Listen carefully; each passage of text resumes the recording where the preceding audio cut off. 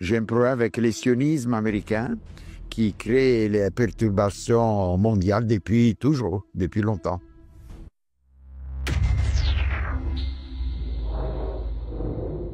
Alors attendez une seconde, je récupère mon argent, voilà c'est bon, je suis à vous.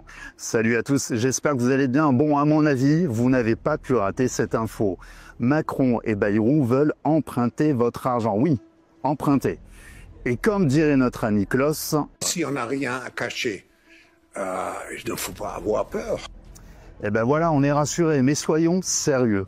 On commence par un emprunt et après un impôt de guerre, un service obligatoire. La question est simple, êtes-vous favorable à ce que l'État ponctionne l'épargne des Français pour financer l'économie de guerre? Oui, peut-être. Aujourd'hui, on va voir ce que les Français en pensent. Allez, c'est parti. Et pour ça, direction l'un des quartiers les plus riches de Nice, le Carré d'Or. Ici, pas de souci d'épargne, mais est-ce qu'ils sont d'accord pour financer la guerre avec leurs économies? On va leur poser la question. Bonjour messieurs, je fais un petit reportage, vous avez 2 minutes. Une question essentielle. Est-ce que vous êtes favorable à ce que l'État ponctionne l'épargne des Français pour l'économie de guerre? Bien sûr que non. Pourquoi? Parce qu'on donne assez à l'État pour ils peuvent prendre dans d'autres budgets. Je pense pas qu'ils puissent le faire de toute façon et évidemment que je suis pas d'accord. Ah non, je suis pas du tout d'accord. Pourquoi?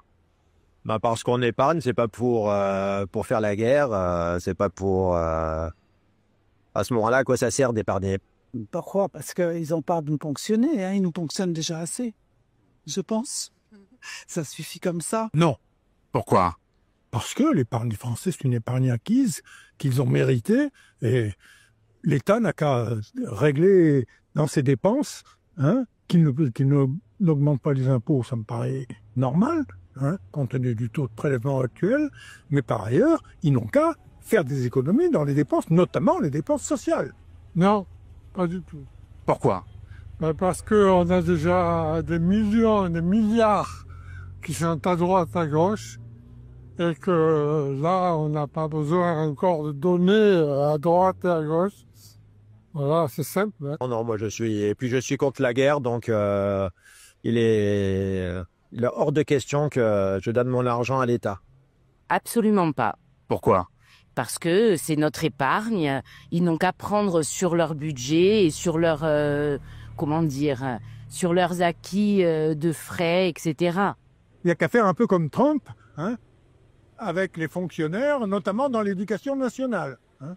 Alors au début, j'ai cru à une blague, mais non, il compte vraiment piocher dans l'épargne des Français. Franchement, je ne sais pas vous, mais à force de tirer sur la corde, ça risque de très mal finir.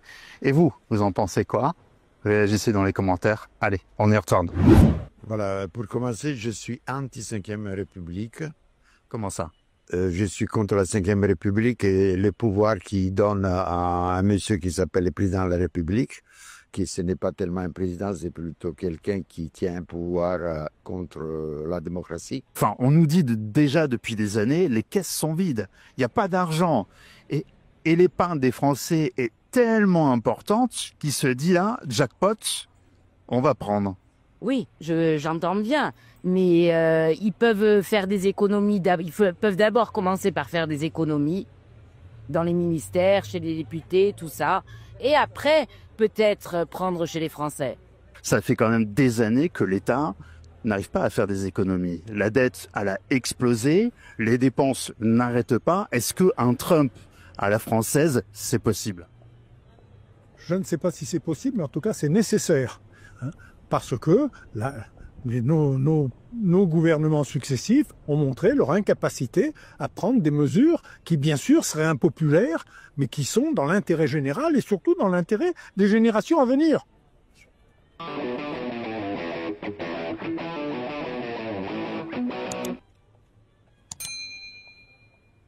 Donc cette décision d'épargne qui est pensionnée, ça veut dire utilisée pour des décisions unilatérales d'un seul monsieur ou d'une seule clique de politiciens sans considérer les peuples. Jamais il y a une possibilité d'un suffrage au niveau populaire pour poser des questions pertinentes, surtout par rapport à la guerre.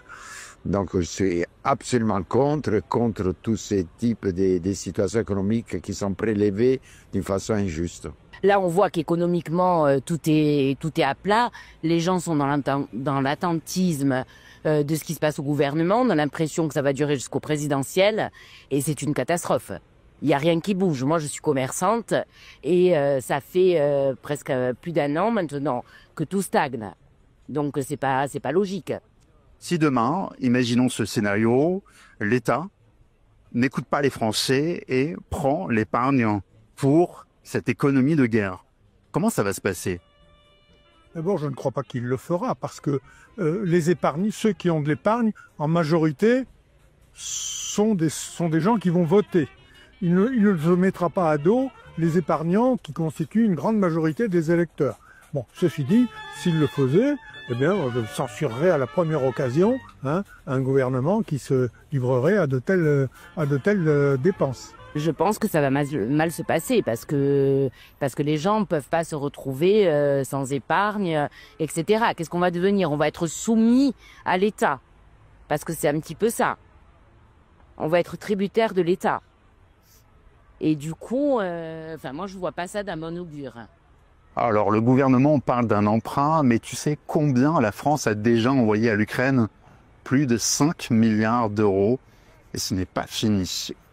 Certains vous diront, mais il faut continuer à aider l'Ukraine dans le conflit avec la Russie.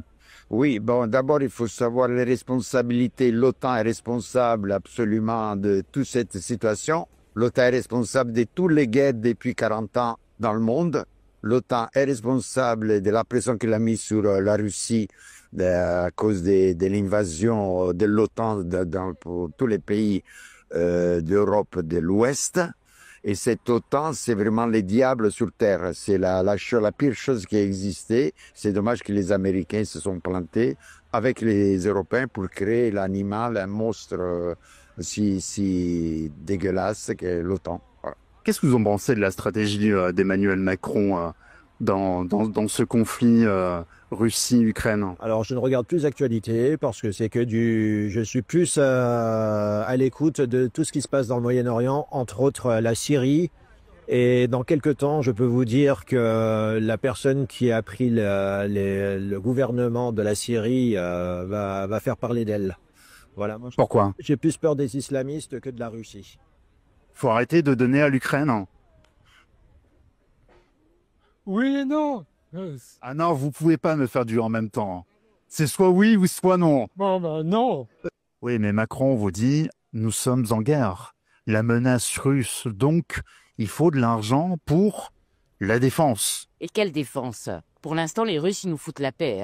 Le diable, c'est des mots forts. Absolument, oui, diable, parce que les guerres, ça porte la mort. Et la mort, le mal, c'est diabolique. Quand on souhaite la mort, quand on arrive à la mort, quand on arrive à tuer, c'est que le diable n'est pas loin. Et si les politiciens, et surtout les Américains, les Américains à côté des Poutine sont 10 fois plus responsables pour tout ce qui se passe en Afrique, en Asie, partout, en Amérique, avec un Kissinger, Amérique du Sud, partout, on a des problèmes américains, de leur domination sioniste et américaine.